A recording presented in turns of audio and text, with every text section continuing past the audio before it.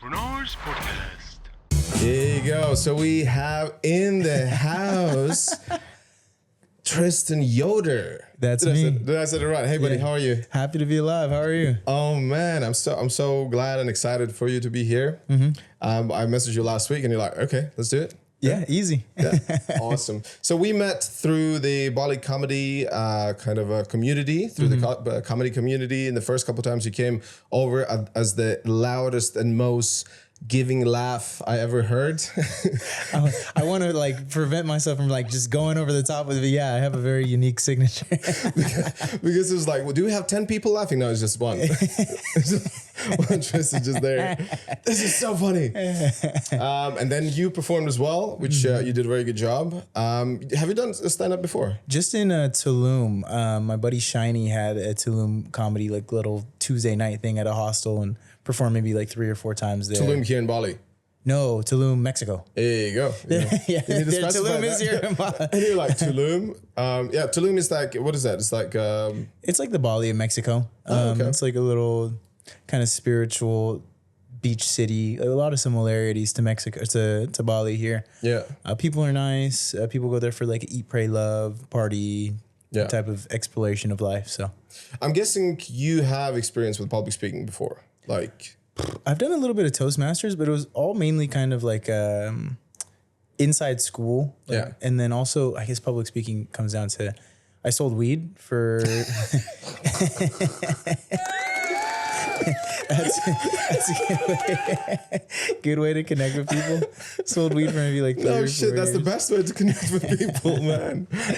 Oh, man. Yeah. But we don't do that in Bali, though. No. So everyone understands this doesn't happen in Indonesia because that's a big no-no here. Yeah, I stopped selling weed in like 2018. Got caught up with the law after a car accident. I had Oh, shit. a quarter pound of mushrooms in my backpack, and they're like, "Hey, what's this?" And I was And like, when was this happening? "This was 2018." Where? In California. I was living in California at the time. So in California now, weed is legal. Super legal. Super legal. Mushrooms are borderline legal too. Like at the time though, when I got arrested, they were like, "Oh yeah, this is like a Schedule 1 drug, same as heroin." Like when I was in the back of the cop car, it said possession of drugs intent to distribute heroin. I was like, "Who the fuck had heroin? What is going on?" Oh my god, shit. And they had mushrooms on the same scale as heroin. I was like, "Bro, I'm done selling drugs." Like that is. How did you get out of it? So thankfully the judge saw I was like, "Oh, it's just like some mushrooms." So he let me out with OR, own recognizance. It's like no bail. And then I had to do 45 days of rehab, 30 days inpatient, 15 days outpatient, and then community service and house arrest. Yeah. What did you learn from that? I bought the quarter pound of mushrooms for $200, and it cost me, I don't know, fucking however much insurance plus, it just wasn't worth it. How was the whole rehab experience? Rehab was chill. Detox. So before you go to rehab, they detox you for 3 days. They put you in a hospital basically, and like they have unlimited snacks and like ping pong and like kind of just chill out in a hospital room for like a little hospital community of other people going through detox too. And they actually had a stand-up comedy night at the detox. Now that I think about it, That is how all started. Thanks fuck for mushrooms, bro. yo, that is hilarious. Yeah, I remember that specifically. That was probably the first comedy show that I've ever been to was in detox. Because it was before I moved to San Diego. Yeah, that's awesome. So I went there, went to detox. They were like, "What are you in for?" I'm like, "Oh, I like mushrooms." They're like, "You're not a drug addict. You just like to party. You're a weird fuck." And I was like, "Yeah, that's me for sure." And then I went to rehab at a place called Covenant Hills in San Clemente, California, and it was like a Christian boot camp. Like they had like 2. Imagine like a frat house kind of how they have 4 apartments kind of put together, like a quadplex. It was kind of like that. It's kind of set up like a big kind of frat house, and it was like you had the Christian side and the non-Christian side. It was all kind of Christian, like 12-step program and like don't do drugs, this and that. Like I'm just here to fucking. But you were not really. I mean, how old are you now? 29. 29, and that happened how many years ago? It was now? 2018, so math 22, 23, something like that. 22. So you were never really exposed to like rehab and all that. You know about it, you heard about it, but you never been like actually experiencing that kind of stuff, right? No, well, in my family, there's a history of like in my extended family, like cousins and shit. a bunch of like heroin and Oh, like, shit. like the city that I grew up in was called Hemet, California. A lot of meth. Like Riverside County was like the number 2 meth producer in the entire world. And at one point, I don't know what they're at. They're probably still top 5. Is that where they shot Breaking Bad? That's where they wanted to shoot Breaking No Bad. shit. Yeah, they wanted to shoot Breaking Bad in Riverside County, but it was too expensive, so they went to New Mexico. But the original plan site was like my fucking county where I was born and raised because there's so much meth out there. Fucking that movie is insane. I fucking love it. I still they had it on Netflix just recently. I rewatched a little bit. It was just like fucking awesome concept. And did you know that by the way in Bali the main drug is actually crystal meth? I had a feeling. I had a feeling. I had a feeling. I just just feel the vibe. Yeah, like a couple of the locals that I've met got some like meth mouth a little bit. I'm like, that's probably. Really? Yeah. Like, I mean, the same in Hawaii too. Like island, like it's just super easy to get meth and like produce meth. It is crazy that you get death sentence for like possessing weed here. And then crystal meth is number 1 drug what people use. It's pretty ass backwards. Like a buddy of mine, I'm not going to go into too much detail on who he is. No, of course not. But he recently flew in from Thailand. This was like a week and a half, 2 weeks ago. He flew in from Thailand with 40 individual gummies, like edible gummies in his backpack. Does he play basketball? No, so I saw that guy. Everybody's saying, so this whole thing. Just for listeners to understand what this backstory, like there's this one basketball player who is originally, he's not American, is he? He's from Texas, yeah. From Texas, but he's been playing for Indonesian team for ages now, right? Mm-hmm. And then he decided from Thailand to bring gummies and he got caught and then now he has death sentence. Yeah, he's facing a death sentence. It'll probably, so what happened with my homie, he brought over the 40 gummies. And then our homie made some calls to some lawyers and like just, it was a really like easy but hard hassle, but it was like he ended up having to pay $50,000 USD. Jeez. But I mean, 50 grand versus they were talking 4 to 12 years in the prison for 40 edible gummies. Because the thing is, they don't take like the THC content, they take the weight. Right. So it's like, you have this little fucking gummy. It's like, oh, you had 40 of those? That's 180 grams of marijuana that you brought into the country. Not. It's like 180 grams. What the fuck? Oh, man. Anyways, that's subject for our other podcast. Yeah, right. But basically what we just figured out, thanks to drugs, you got into comedy. Yeah, thanks to drugs, got into comedy. Wait, what's the song? Yeah. I love that fucking noise, dude. I need somebody follow. I need a button that just plays that. Dude, I actually almost, if we would still be in Deos, which we're not anymore, with Chris, I thought I was going to bring this because they didn't have any like DJ, whatever. I could totally do all of this and then you could do these things like this. Hey, you know. Bro, you got my favorite fucking noises on that thing, man. Tell a joke. So I went to a palm reader the other day and she got a little handsy. And, you know, she was reading my palm and she got really into detail on who I am and what I am as a person. And I was like, this is getting out of hand.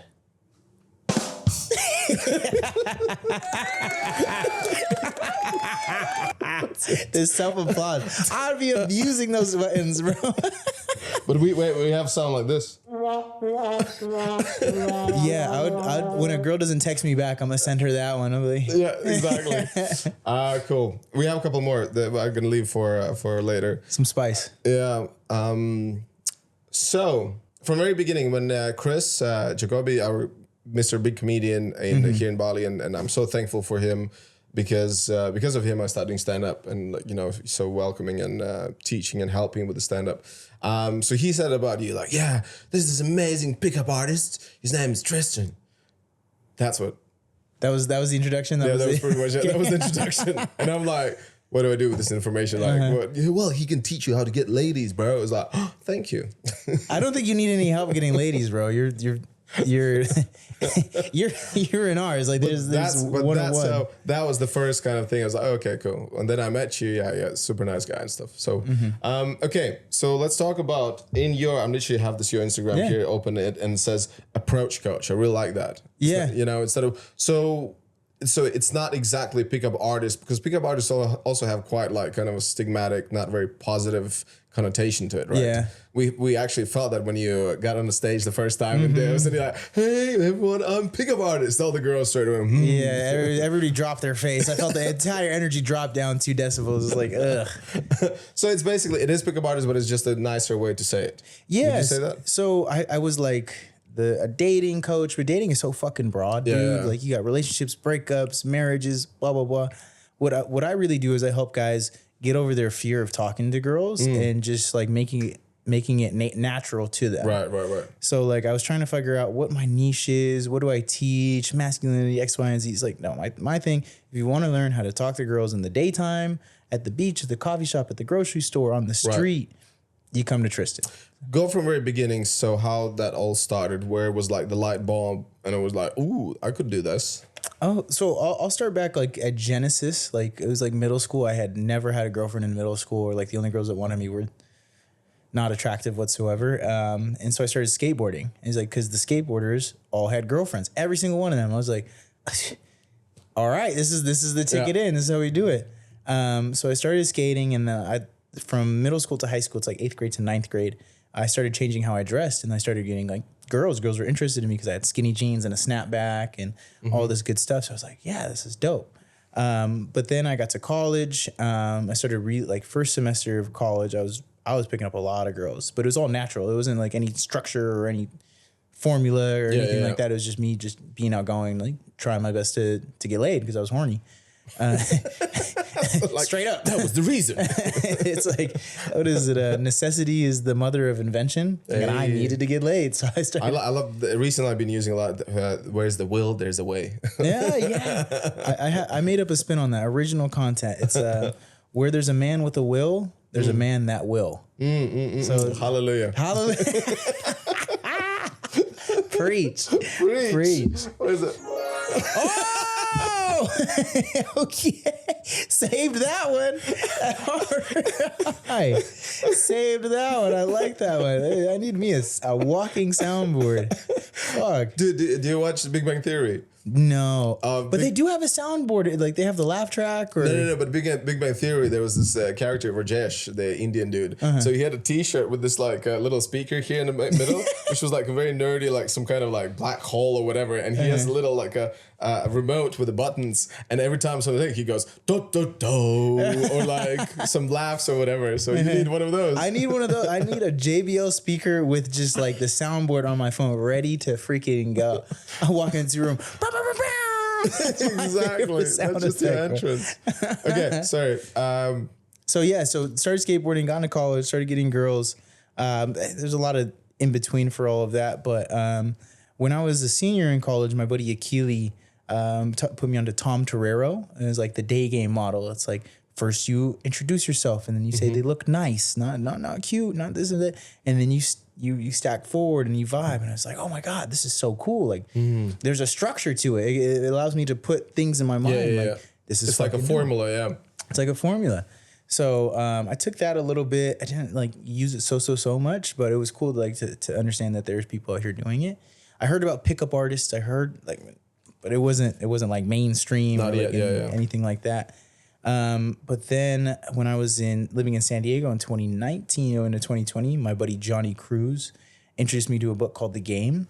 And he was like, don't read this book. You're a natural. It's going to ruin you. It's going to like change how you view women and whatnot. All right. Now I have to. Now I got to. So I read it and it's like, oh, this is a cool, interesting read. That's awesome. What would be your main takeaway from The Game? From The Game, it's been like, what is it, 6 years now? I don't remember so much from it. I think, man, I don't remember very much of it at all, honestly. I read it about like 12 years ago when I lived in Canada. So I lived in Vancouver for a year, then I lived in Saskatoon. But when I lived in Vancouver, somehow Game got to me and I was just reading everything. I was just like, I need to read. Let's read. And what I remember from that, it was just like a simple concept, like just dress nice, be clean, smell good, and talk to as many girls as possible. Sure. Like the law of average, which I was using in door-to-door sales because I was door-to-door sales guy. And like, as more doors you're gonna knock, because more chances you're gonna get to close the deal. And it was like, duh, Right. how else is it gonna work? Of course it's gonna work like that. And then one of the things I remember was like really stayed also in my brain was that apparently statistically, and afterwards I think I even checked this data, that men who are bold have more chances, women in general find them more attractive. And I just always laugh when there's so many guys, I don't know if you heard that there's this pandemic thing going on in Europe. Everyone go to Turkey to get their hairline done. And it's just like, apparently women like bold dudes. Like, what the hell? Yeah, dude. And the last thing, the main thing from that book I remember was like that the writer at the end, he's like, he actually met this girl who he fell in love with, and that's his future wife and whatever. And then he says, you know what? If you actually meet person you really connect with, you don't need any of that bullshit. When I was just just forget all of that. I remember that part. I remember getting into like, what the? And then it was like, are you saying I just like lost and wasted 2 hours of my life? Not 2 hours, more than 2 hours. Yeah, that was this thick ass book. Yeah, talking about a whole bunch of nonsense at random points. I was like, all right, you talked about sex with this person 17 times, but and then I remember the peacock thing. Yeah, peacocking was huge. I remember my buddy Micah Ivy. He was a junior in high school when I was a sophomore, and he had a big furry hat. I was like, what the fuck are you like? This is different. Like this is way different. This is 2012, 2011. This is maybe? like a Khabib Magomedov when he fights. Yeah, something like that, or like the big Russian hat with the drop down ears. Oh, like, do you know what's the name of it? No, The name of it is called Pijik. Pijik. Yeah, Pijik. So they wear, like in Latvia also, that was huge. Like my dad used to wear that thing. So whether you can put them up, like tie them together, or you pull them down. If it's really cold, then you tie it up like this, but then you look like a total dumbass. But you're warm. Yeah, Pijik. Yeah, he had one of those. I was like, what are you doing? He's like, I'm peacocking. You're like, peacocking? Like, I understood the concept as soon as you said it. But I was like, that's sick. That's sick. Yeah. And then he was like, yeah, what happens is you find a cute girl at a party and then you put the hat on her. So you're anchoring her to you. And I was like, that's fucking genius. But I was like 14, 15 at the time. I didn't really like process in my mind. Because it's so interesting because like around that time, girls, like you'll see that they're attracted to something what guys would have is different comparing with other guys. You know, that's why like I grew up in like a small town, and whoever had a motorbike, come on. Girl's gonna be like, oh, you're gonna give me a ride on a motorbike? I was like, I was riding a bicycle because my dad didn't allow me to get a bike. I was like, fuck you. No peacocking for me. But for me, what worked, I was a really good dancer. So every time we had a dancing nights, I was like, girls, that worked for me. Feathers going. Yeah. Ruffle them up. Okay, so going back, and then what was the name you mentioned? The first person like who was talking about dating and Tom Torero? Yeah, Tom Torero. Like I never heard that name before. He was one of the original London guys that started like Day Game. Like there was a Night Game. You had Mystery. You had what's his name? Neil Strauss. You had Neil Strauss was the guy who brought the game. Yeah. So you had Night Game. Like I was actually kicking it with Mystery out here in Bali. Like we hung out a couple of days together. We went to Savaya together and kicked it there. And he's really good at club game. His club game is fantastic. Club game. I love how you talk about this jargon. Club game. Yeah, club game, night game, day game. Yeah. For me, I enjoy day game a lot because one, I'm a daytime person. I don't care for loud environments, but loud environments are where the sexy girls go. So like nobody likes loud environments except for the sexy girls. So you gotta like deal with it. Yeah. That's a weird one. Like I stopped going to clubs. I used to work as a dancer in clubs, so I spent a lot of time. And I was like, afterwards, I stopped working as a dancer. It's like I haven't been in a club in ages. Right. The only place where I go kind of like for dance, whatever, is like a social dancing. It's like salsa, bachata, where they have Latin dances. And then, but I remember like in a club scene, though people are drunk, it's really loud. You just go, hey, you're so cute. What are you saying? Oh, no, I really like you. What are you saying? It's just yelling at each other. It's like, I could not stand that. So Mystery broke it down to a science. He has like attraction, comfort, seduction, and he like goes through A1, A2, A3. So he has level, phases to the stages. So you got attraction 1, attraction 2, attraction 3. Then you switch over to comfort 1, comfort 2, comfort 3. When I got put on that, I was like, this shit is a science. I'm over here just pouring like go hit the gym and then go walk around and talk to people. He's pouring like, measured ingredients into cups. And I saw that. I was like, oh, this is so interesting. This is so different than what I do. I kind of just vibe and hope for the best. Like make sure I like myself, and then go out and talk to as many people as possible. One thing I think I do really well is I acknowledge people's existence. Like everywhere I'm looking for eye contact, male, female, young, old, doesn't matter. I'm giving thumbs up, and I'm just like pointing, hey, and that opens so many conversations. So like sometimes guys will come to me and they're like, hey Tristan, how do I go from, getting 8s to 9s and 10s? I'm like, I'm probably not the best guy for you for that. Like you can find somebody way more scientific. But if you're looking to become like a super social person that picks up girls just because they talk to everybody, I'm probably one of the best in the world at being like a Baxter, Mystery's partner. He calls it a social artist. So not a pickup artist, but like a social artist. Like how you're just being able to be social and talk to everybody around you and create an environment around you. That's because then you can attract everyone, like also men around you. If girls see that you attract like just people want to hang out with you, want to talk to you, they would be like, oh, who's this guy? Oh, he sounds nice. So that makes total sense. Yeah. So that's a key component of my game. It's like I be social to everybody, have a good time with everybody, and then I'll pick out somebody that is choosing me. Or I remember one time I was in Playa del Carmen, Mexico at like a dance thing. Yeah. And I was dancing way crazier than everybody else on the dance floor. And I was like, there's a really cute girl like sitting down. And I was like, if I just keep dancing, somebody that's going to like mesh with my vibe is going to come up to me. Like I already know that. And lo and behold, I was hanging out with the DJ, and this girl comes up to me. She's like a real sweet girl. I doubt she'll ever hear this podcast, but she knows who she is. And she's like, oh yeah, I loved your DJing. Can I get your Instagram to the DJ?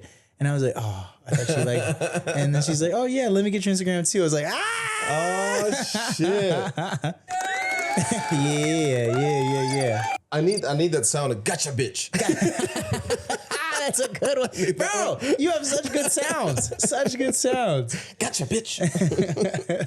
That's pretty cool. And the craziest could be that maybe that was her original plan. That was her original plan. She told me afterwards. She told you afterwards. We're still friends to this day. We hooked up. That is awesome. Put a handful of times, but she was like, yeah, I did not care about the DJ whatsoever. Like I used that as an introduction to get to you, and I was like, oh, you sly bitch. So this straight away like reminded me also, like I think one of the first movies which were like talking about it being pickup artists and stuff. It was Hitch. Yeah, absolutely. And Will Smith is one of your dudes. Yeah. So like that movie, I've seen it like probably like 30 times. I just like love the whole concept, and my favorite bit is when this guy grabs this dog of this girl and it goes outside on the street and gets in front of the car and he saves the dog. And I was like, oh my God, that was so good. I was talking to a Russian girl here in Bali, and she said there's like a female version of it.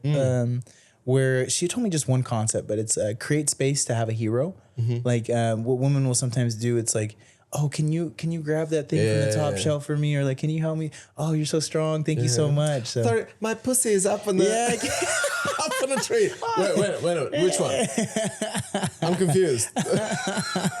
So if I get that pussy, I gotta get that pussy. Yeah, exactly. So, oh, you're so strong. Thank you so much. What's your name? Where are you from? Just climb on the tree, and fall and break your neck. God damn. Broke your neck for some pussy. It's happened before. I guarantee it. Oh, dude. In your comedy, you said people go to wars for some pussy.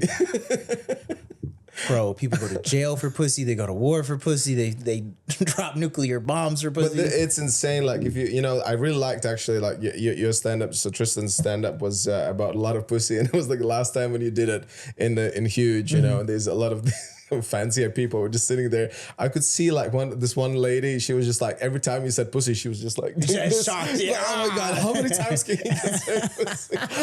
But at the end, she opened up. Was all you can see. She's like, hey, I get what you're saying. But it's totally true, man. Like from men existence, from beginning of the days, we would be like fight, like all this status, whatever we do. Like the main reason why I do it is to continue our existence. And how do you continue existence? You have a partner who can have offsprings with, right? And it makes total sense. Yeah. So literally, like, we have this building to buildings, cars, anything. This microphone. This microphone is all right. Somebody thought like, all right, I'm gonna use this to get some money so I can get some pussy. Like it's all routed back. It's all routed back. I'm gonna have a big castle where I just live by myself.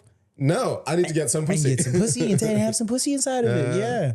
A joke from the set is God spent 6 days, created the earth, the sun, the moon, the water, the stars, took up some dust, made Adam. He looked around and said, you know what we need in this bitch? We need some pussy. Like, listen, bro, it's just, God and Adam is not enough. We need some bitches up in here. Oh, fuck. It's true. It's true. Like, and you're not going to hear very often when the female would say the same thing about dicks. No, Would they say that? no. Women need fucking art and nature and. But dude, it's crazy. Like recently, you know, there's so many people who ask these questions on the streets and whatever. And this guy was asking like to these women, like, so what do you think is what is the most important for you? Money. I think it was in Russian. Money. I need money. And then you ask the same question to the guys. Oh, you know, I want to have family. I want to have love. I want to have. It's like, but that is bit crazy. Like that is a bit crazy. You know, maybe I presume most likely he picked out only the ones who said money. Sure. You know, but if majority of female, this is how they think. It's a scary shit. And this is something what I want to talk to you about, and I want to ask you, like, from your experience. The whole like going and talking to people, especially nowadays when people are so into their, you know, Tinders, Bumbles and all the dating apps, like how okay now, like percentage wise, is that you just go and talk to a girl on the street, on the subway, whatever. In UK, when I lived in London, if you started talking to a girl on the subway, that's creepy. You know, like back in the days, it wasn't creepy. You know, so then now is that this question is like, when do I cross the line? What is acceptable by society? What's not acceptable? And have you noticed like the shift in like last, whatever, 5 years, 10 years, and also in your experience, and maybe you've done some studies about it and stuff? Yeah. So, well, to speak on it, like there's a big social programming going on right now. It's like, don't communicate, don't, make new friends. Like everybody hates each other. And it's like, there's a big media push. Like the people at the top, the super elites are like, oh yeah, like let's just make everybody miserable, and miserable people are easier to sell control. and control. Yeah. So there's that social programming going on. But like one big thing that my students find with me, especially when they do in-persons, is like there's this imaginary line that everybody has. It's like, oh, I can't do that. Or like, this is the social boundary. All right, there's an imaginary line. And in reality, when they hang out with me and they see me, it's like I'm 30 feet over the line, and they're like, wow, people are not punching this guy in the face. And it's like not in a rude way, but it's just like what you thought the social norm is completely imaginary and doesn't exist whatsoever outside of your reality. It's like assumption versus reality. Like I assume that that's what she's going to say. I assume she's going to do this and this, or he. Yeah. So I work with a lot of like engineers, doctors, and their big thing is like, well, what if she says this, or what if she says that? And there's a couple ways to go about it, but if you in chess, if you defend against ghosts, you make them real. And it's like, don't make it a problem before it is a problem. It's like, what if she says this, or what do I say in that situation? I'm like, dude, has it ever happened? No, I'm just making sure. Like, okay, so you're preparing for a situation that has never happened before, and it might never happen. And if it never happens, that could be insurance, or that could also just be a waste of time and you having a defense mechanism that's not really serving you, keeping you safe from ghosts that aren't really there. So when it comes down to it, it's like, people come in and they're looking at it like, oh, I can't talk to her. She's on the phone, or she just walked into the store. I can't go walk into the store and talk to her. Like, oh, she's standing with her friends. Can't do that. It's so rare that you're gonna. In Bali, it's a lot more frequent that you're gonna find somebody just like walking down the beach by themselves, like no headphones in, just literally just singular by themselves. But in a real life context, like, oh, she has her headphones in. Social cues say that I can't talk to her. No, you're just assuming that. She might not even have her music on. Like, she could just be walking around with that in her ears, and she forgot, or she doesn't want to talk to people. And she doesn't want to talk to people because, like, also just think about it. I do believe it's important to kind of get into their shoes, because a lot of attracted women, they get approached every day by so many guys, and there's a point where they're like, I can't be bothered, or whatever. So and that's kind of a thing, like, how do you deal it? So you need to come up with something original. You need to come up with something like what would catch them. And, just like in Will Smith in Hitch, when he comes over to this girl and gives her money and says, I'm going to have a couple Coronas to this table, whatever, and fucks off. And she's like, I'm not a waitress here. And it's like, well, how else would I get you over? You know, it's like, this is the way you, and then she's like, oh, that's cute. So this guy was thinking outside the box instead of just like, oh, hey, I'm going to buy you a drink. Come over. Like, I have a big car. You know, it's like. Yeah. So one thing that I like to do and I try and teach my students is misdirection. I recently got some flack for this online. They're like, oh, he's jester maxing. Like he's too much of a comedian. It's always a joke. He never takes anything serious. But like what I'll do is gesture maxing. Yeah. You know, like looks maxing or like, okay. So it's like, there's a lot of stuff what I don't know. Yeah. Yeah. There's a generation. Yeah. Generation is one thing. Language is the other thing. And also like, I haven't been into this. Like I haven't cared about dating for a long time now. Like if I've been dating now for a while. And before that, I'm just like so lazy to do any of this stuff. So gesture maxing is the idea of like making everything a joke, like a gesture. Like maxing means like doing it uberly or to the utmost. It's right. You have looks maxing, you have money maxing, you have. So looks maxing could be similar to peacocking, kind of. It's more so like going to the gym and like getting fillers in your jaw and like. It's called mewing. Have you heard of mewing? I think so. Tell me, what is it? It's like facial, kind of like just exercises that enhance your jawline. Dude, I have it. It's right there. Like I will show you later. There's this red thing. Like for the jaws are size. Yeah. And I was like, for me, it was mainly because I just felt like with my, I don't want to say ADHD, but with my I like to do stuff. So just like, okay, I can use my attention towards that. That's the main reason. I would wake up in the morning, I'd do something around, and I just exercise my jaw. Yeah. So that's looks maxing. It's like you get a strong jawline. It's attractive to the female gender. But they're like, oh, he's always just a fucking clown. He's not real. It's like I like to laugh. And one thing that helps women especially like feel more comfortable is this art of misdirection. So like in one of my videos, I'll pull up on a bike and be like, hey, excuse me, like I'm so lost. Can you help me out real quick? And they're like, oh yeah, like. This guy's not hitting on me. He's genuinely looking for help. He's confused. Let me help him. So the guard drops so low right there. And I'm like, I'm trying to find the directions to your heart. Can you? I thought you were going to say pussy. Yeah, you can say that too. You can say pussy too. Can I find directions to your pussy? Yeah, hey. It's so funny. You see, you're talking about there's this like theory and like science behind this, but this is what I did when I started studying in uni. And I lived in student dormitories, and we had this massive 4-floor place. Each floor had about, I don't know, 100 people, like massive. I would just, my first week when I moved to student dormitories, I was walking around the random rooms and asked for sugar. Like, or salt, whatever. Like, excuse me, like, and then I would find out. I said to my mates, like, let's find out where the cute girls are. Yeah. Right? So I was like, that's smart as hell. Yeah, you just go like, oh, excuse me, did you just have some sugar? But this, and afterwards we became good friends, and I told her this story. But one of these rooms, there was this girl who lived, and she was like 6 feet something with a little mustache. And I remember I just knocked the door, and I got used to like that. I looked, and I'm not a tall guy, so I usually look like straight. And I was like, excuse me, oh shit, you up there?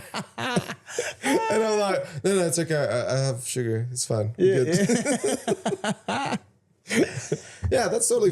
I think that's perfect. Just to go and start talking about something. Yeah, and like for me. I like situational openers. Like I like things that are happening in the environment because it's like one thing I learned from going to raves. It's like by you being at the rave, you have enough in common with the person to talk. Like sometimes people are like, what do I talk about? Like this and that. It's like it could be as simple as oh, the weather is amazing today. Or one thing that I love is walking around just saying, what's today? Thursday? Happy Thursday. Like just dropping that, and it's like it's so rare that people do that it immediately separates you from the average man, even if you are trying to hit on her, you say Happy Thursday. But what's the percentage for her to think that you're a weirdo and then you actually genuinely just cool dude? So there's an art to that as well. Like when I see a comment like, "Oh, I like your hair," I'll lean into it a little bit to show her like with my eyes and my body, like I genuinely like your hair. I genuinely love your hair. I love your hair. I need to know fucking love it. It's so good. Because what sometimes guys will do, like when they get into compliments, they're like, "I love your hair."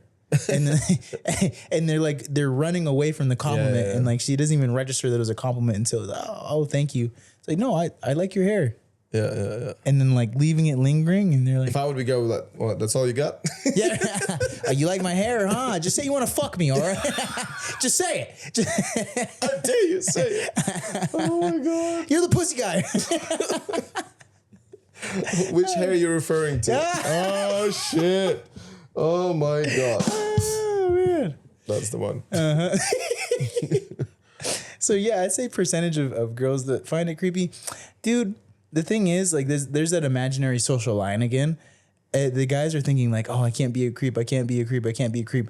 While the women are thinking, dude, like somebody come up and talk to me genuinely. Like somebody, please. Like, so you're going to have your 10 to 15% of women that are like hyper attractive and like guys are always going up to talk to them. But then that leaves you with 85% of women that, you know, of that 85%, maybe 30% are genuinely like good looking girls. And it's like, hello, does the world exist? Like, there's some really good quality girls, not, you know, the 9s and 10s, but like the 7s and 8s that are fun, great energy, submissive, awesome, that are just like, I haven't talked to anybody new in 6 months because nobody's coming up and talking to me in places like Toronto. Like I would start talking to girls out there, like the girls are saying, no, guys do not come up and approach here. Like it's such a foreign art for somebody to come up and start talking to me here. Yeah. And I think one of the main reasons because like the social media, whatever, like, oh, you know, because the app thing makes it so much easier. Like, okay, so she's open for something, right? So it's like, well, I swipe. But like decent, you know, I don't want to say that the people who are on the apps are only weirdos. Some of them are, as always. But I think like the girls who actually decent enough, and the guys as well, they are not really on dating apps. I don't think so. They are. Like, or they don't want to talk about it, or they lie that they're not on it. I don't know. Sure. Because there's a social stigma as well. Like, oh yeah, I'm Tinder. Like the dating is horrible. Like the swiping, the catfishing, all that kind of crap. It's like, it's interesting. I challenge anybody who's made it to 40 minutes into the podcast now. It's like, imagine a world where you just didn't have social media and you didn't have the apps on your phone. Just imagine you wouldn't have any of the connotations. You wouldn't have any like the social stigmas that they talk about online. Or girls, guys can't be friends with girls and like all these conversations there. You just never got exposed to that. Yeah. Imagine it doesn't exist. Exactly. Like what do you do? Yeah. You would be a normal person. You would walk around, talk to everybody. Like, it's like, oh wait, you can't do that? Says who? What? Why? Yeah. When? Why would you need to abide to these certain rules and stuff? Because I think like the best way to meet people is just to be around people. Yeah. So be active. Go on the beach, do the walks, do the surfing, do the activities. Like I believe in my head, it's one of the best ones is doing activities. So so that means straight away there's something, as you said about rave, we have something in common. We like rave. Okay, if we surf, we have something in common. We're in a swing party, we have something in common. We like to fuck people. Yeah, I think actually, you slid that one in there. I was like, I was agreeing with you too quick, but I do agree with you. Yeah, I like how normally it is. Yeah, swing party. Yeah. I mean, fuck, man. I follow a couple swingers cruises online. I'm like, that looks like a great time. Have you been on those? I haven't. I've been to a sex house or like a swingers like clubhouse kind of. I don't know what you call it. That was an interesting experience. That was a really fun experience, but. People don't even know these things exist. They don't know sex classes exist. They don't know kink communities exist. They don't know, like, people are just like down to fuck like in these certain safe communities. And it's like, I mean, if I was a virgin, the first place I'd go is to a swingers club or a swingers party and be like, hey, I'm a virgin. You're a virgin. But what about a romance? I mean, romance is cool, but romance also kind of just, how do you describe it? Romance kind of clouds vision and it clouds judgment on some. Romance can be obstacle as well. Like if it's too much, like people are just so romantic. Like, oh my god, my first time, I want to have it so special and whatever. I was very lucky. Like my first time when I had sex was like with my girlfriend who I stayed together for 3 years. Like it was beautiful, but at the same time when we did break up, it was really tough because it was the first experience, the first like all these emotions, right? And then most of my mates around me was like, dude, no, just like, go fuck someone like somewhere, just get over with it, instead of like being this unexperienced and you don't know what's going on and like putting too much pressure on, on yourself and stuff. Yeah, I understand that. It's interesting to see because you'll the guys will come to me and say, "Oh, I feel this, I feel that," and I'm like, "Your feelings are lying to you, bro. Like that is not the best course of action to go about. You should not move across the country to be with this girl because statistically speaking, you're probably gonna end up hating each other." Like, Yeah. so No, they don't care about statistics. Then they follow their hearts. Come on, man. yeah. Come on, bro. Yeah. and then you do this again. You build all these castles and like. Do you remember the movie Knocked Up? Yeah, I remember Knocked Up. Yeah, good movie. When they got to this with this in a hospital and they were talking about sex education, and then one of these dudes, he was like, "Don't put the pussy in a pedestal." Don't. And then it was like, "What does it mean putting pussy in the pedestal?" No, sorry, this was not Knocked Up. This was on a 40 Years Old Virgin. I haven't seen 40 Years Old Virgin. One. Yeah, because they basically that was a different one, but it was a very similar concept as well. That was on 30 Years Virgin, and same. Yeah, they had also Seth Rogen there. So Knocked Up was Seth Rogen, and there was Seth Rogen as well. That's why I think it's all mixed up for me. But yeah, Knocked Up was really good film. Yeah, good. Just saying. But 40 Years Old Virgin, like, what's the name of the guy who did the Office American version? Chris something. Farrell, something Carroll. Sean Carrot. Don't remember. The guy. Yeah, that guy. Anyway, so he's playing the 40 Years Old Virgin. That was pretty cool. So Mystery was talking about, like, if you say you're a 40-year-old virgin watching this, you got to stop calling yourself a 40-year-old virgin. Because, like, he was talking about a guy that came into one of his boot camps one year, and then the next year he came in and he was the 41-year-old virgin. And it's like he'll never lose his virginity because his identity is pegged. And no pun intended, but his identity. That sound exactly means that pun was not intended. Oh shit! So his identity is pegged to the idea the idea that he's a virgin. And guess what? Next year he's going to be the 42-year-old virgin and the 43-year-old virgin because that's just who he is, his identity. So recently in one of my programs, we did I am statements because the most powerful sentence that somebody could speak is I am followed by loser. I am loser. Yeah. I see people wearing shirts that say loser on it or like you know, 2-time loser. I remember so there's some brand in California. Tattoo loser. Like, what the fuck are you doing? Like you're just like, you're going to forever do actions inside of that. And dude, so I went to Wrong Gym, you know, Wrong Gym. Yeah. I went to Wrong Gym and I compared it to Nirvana. I compared it to Obsidian. And I'm like, the name Wrong Gym. Yeah. Bro, I'm at the wrong gym. Like the people are not looking around. They're not socializing. It's not like my type of environment. It's like, No, words, 100% words have huge meaning, a huge thing to it. And what you said about how you name yourself, that kind of identifies yourself, totally agree. And recently a friend of mine, comedian Fritz, I did a podcast with him a couple of weeks ago as well. Like it's about to be released, and so I lived with him for a while in the same villa, and I was like, as he told and saying to many people, I was one of the inspiration for him to start doing healthy lifestyle, right? So he stopped smoking, stopped drinking, started doing exercising, like never done exercise in his life. And now he's in much better shape. He lost a lot of kilos and stuff. And he said about this guy, like he reads a lot, and he said about, if you just start saying that you are a swimmer, you're going to be a swimmer. If you're just saying you're an athlete, you're going to be an athlete. And it's like, the thing is funny that what people don't like is when someone says something and then they change their minds and then there's something else and there's something else.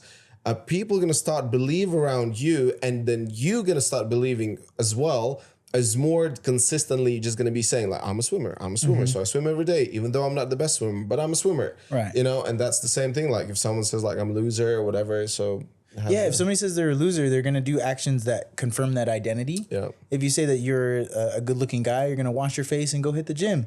If you say that you're a fat fuck, you're going to eat Cheetos and drink Dr. Pepper daily, because it's just, you have the idea of what that is, and then if you accept that idea, then behavior starts to show itself. It's kind of like, it's like a video game. It's like, oh, I'm a mage. Well, you're going to find items that align with mage, and you're not going to ever pick up a warrior weapon because you're not a warrior. It's because you're a mage. Yeah. So when, I like how you use that analogy. It's all the nerds assemble. You the mages. Hey, the mages and the warriors and the kings and the lovers and all that stuff. So it's being very particular on like how you choose to identify, because it's a choice. It's like, as you know, from like the acting industry, it's like you choose your own role inside of this. And there's a good quote. It's a king is just a man that's delusional and convinced everybody else. If you think about it like that, it's like somebody just came to power and said, "This is my kingdom now." Yeah. And then convinced enough people to believe him, and now everybody follows the words that he says, because it's just like, oh yeah. Yeah, it's very interesting. It's also like I had a couple life coaches on my podcast. I have some friends who are into life coaching, and then with life coaching, it's like one of the like these not yet kind of qualification kind of required, or like there's a recognized qualification or a certain like a school you've done that you can say, well, I'm a life coach. No, you just self-announced or self-proclaimed life coach. And so if people find that you can help them, they're going to tell, okay, you're a life coach. But there's no like, if you've done medication, you studied medicine, or you studied being an architect, you can say like, well, here's my paperwork showing that I've done it. But all of those, like, well, I'm just life coach. I'm a life coach. And then it's like people, oh, okay, he's life coach. Why? Because he said it. Because he said it. Yeah. And that's the thing. Like, some people ask me, oh, how do I get into coaching? I'm like, you just start coaching. You just start teaching people. They're like, do I need a certification, or I need to do this program? I'm like, fuck no. That's like, there's stuff that you can learn from that. I'm not going to deny the validity of the techniques that they're going to teach you in that. But that certification or that piece of paper that says, oh, now you're a certified, that's bullshit, man. That's like, that's just you using your mentality in a different way. You could just tell yourself now, you could print out a piece of paper and I could sign it and say you're a life coach now. It's like, oh, you're Tristan certified life coach. Because also it's related to conditioning for us for a very young age. So anything you do, you need to have a paper. Education, paper. You know, now you graduate high school. No, we just like, what is that? You know, we all like, if someone graduated high school, they have paperwork saying that they graduated high school. So doesn't do anything like for real life. Helps you to get to college, because they look at like, oh, okay, so you're grading. And then, because I have a master's degree in business, I studied 7 years, like I did 4 years bachelor, 2.5 masters, right? And like the best thing what I had from that was like meeting people, socializing, understanding how the social norms work, creating connections, networking, stuff like that. But actually, like what I studied there, like the whole like old principles of marketing and whatever, like I'm never gonna use that. Never. You know, and it's like, and people, some still walk around and clutching their paper like, yeah, but look at this, I got the paper. Hey. It's, I don't even know what they teach in business school or MBA, but business, But I mean, there's so many things like you know, from the door knocking industry, like there's so many techniques, but then the execution is going to be your best teacher. Like you learning somebody's facial cues when they're interested or not interested, you can read about it, but until you see like a twinge, or until you see somebody sit up at the coffee table or like the dining table, and you could, all right, they're bought in, or until you see somebody lean back and like, oh, you know, they're not interested as much anymore. And also, what is your shtick? Because for me, my shtick was, I genuinely, since I moved to Canada, I was like, I tried to understand Canadians, like I started to learn the language. So I would be, every time when I go to a house, my main target was not to make the sales. My main target was to build a rapport. Right. And in the sense, like, to the level of like, talk about their family, talk about their dogs, cats, and whatever. And my most favorite story is when I actually got like an office job because of that sales. I went to the guy's house. It was in Saskatoon, and he opens the door high as fuck, and it was freezing cold. It's like minus 30 degrees in Saskatoon, right? And he opens like, just come inside. It's fucking cold. We sat down. He gave me some weed. I smoked some weed. We were sitting down, and he was playing bongos, and I took a guitar. I was playing guitar. Yeah. So we're sitting there for like half an hour because I didn't want to go outside. It was fucking freezing. Like it was getting dark. It was like I was done that day already. Like how many doors were slapped in my face. So I was just sitting playing guitar, smoking weed with him. And at some point he's like, dude, why are you here? And I'm like, well, I'm here from Shark Cable selling this, you know, like the cable or whatever. And he's like, oh, cool. Yeah. Sounds like you're going to save some money. Yeah, cool. And then he's like, do you want like a real job or some shit? And next thing you know, long story short, 2 weeks later, I was working in his office. I got the job, I got the car, I got the office laptop, everything. And I was there. It's like, but again, it was, for me, it was never, if I would just come in and like, oh, but do you want to buy it? You don't? Okay, buy it. No, I was just like, dude, let's just, you know, chill. And then I actually was at some point third best sales guy in Canada. out of how many hundreds of those. And I barely could speak English. Even now my English is shit. But then it was like, hello, I'm here from the Bratislava cable. But it was all I did. I was trying to just build rapport and have a laugh with those people. Even then I thought that's where my stand-up almost started. Yeah, so a lot of the big guys in the industry of door to door, you got different play styles. You're gonna play the hands that you were dealt by life so differently. I remember one guy was teaching me like, you are too energetic, like you scare people away because your energy. And I was like, okay, there's some validity to that. I can curve it a little bit, but my big shtick was like, I'm trying to like make them like me as soon as possible. Like I would knock on the door, I'd be like, hey, my name is Tristan. I just got 2 questions for you. If you're the homeowner here, yeah, you are. Do you like saving money? Hey, me too, man. What's going on? I'm Tristan. Nice to meet you. And then if I get them to smile and engage with me there, then that would translate into sales, into connections, into whatnot. So, but other guys are like, they're very methodical, very like set by the book. I need to do this. I need to do this. I need to do this. And maybe if I changed my play style, I would have been more successful in the door-to-door industry. But I mean, I like having fun with what I do. Yeah. Listen, let's have a little break. Blah, blah, blah. Renars podcast. Okay, we are back. Tristan's checking his thousands of messages. Teach me how to be cool, please. But originally you came to Bali because you were here to help someone, right? Yeah. Yes, tell me about that. So in 2022, I came here when I went to Thailand and was just like moving around Southeast Asia. I didn't care for Bali very much. I was like, it's kind of congested. Like the motorcycle traffic is not what I'm used to. I'm over this. But then I had somebody with no profile photo, no followers, no posts on Instagram message me. He's like, yo, like I live in Bali. I'll pay for you to fly out and like come hang out with me for a month and we'll go to all the gyms and pick up girls together. I was like, I just don't care to go to Bali. I'm all right. And I thought the first thing you would be like, who the fuck is this guy? That was exactly who the fuck I was. I was like, no profile photo, nothing. No signification of who this person is. First thing you said, like, I don't know. I don't think about Bali. Yeah. I was like, Bali? Nah, I'm all right. So, I looked at the message. I was like, I just don't feel like going to Bali. He's like, I'll pay you like, pay for all this, pay for the villas, and then I'll give you $5,000. You can come hang out with me for a month. And now looking back at $5,000 is such a low price point for a month of my time. Like my programs now are like, about $5,000 if you want to work with me for a few weeks, but it's only like an hour of my time, and more in detail on that later. But but he reached out to me and he was like, yo, come on. And I'm like, all right, I'll come, but I get to bring my girlfriend with me. Like, cause I was dating a girl at the time and she was living in Spain just at the moment that we were going to Bali. So we come out to Bali in June of last year. This is my second time in Bali. And at first, once again, I was like, I'm not feeling it. But then I started to turning the wheels around it. I got comfortable on the motorcycle, which was a huge thing. Getting comfortable on the bike it really changes the island for you because now you feel more free instead of limited on where you can go and what you can do and how you can maneuver and you can pick up girls. I pick up girls on the bike all the time. Like that's the beach and the bike. Those are my two like main sources of picking up girls. Yeah. So before that, you were taking cab like a car. No, I rode a motorcycle in Mexico, but I wasn't comfortable like how I am now, like comfortable. So no helmet, just riding with one hand, another hand texting. Oh, bro, I'm on the sidewalk of the other side of the street, fucking going 17 miles an hour.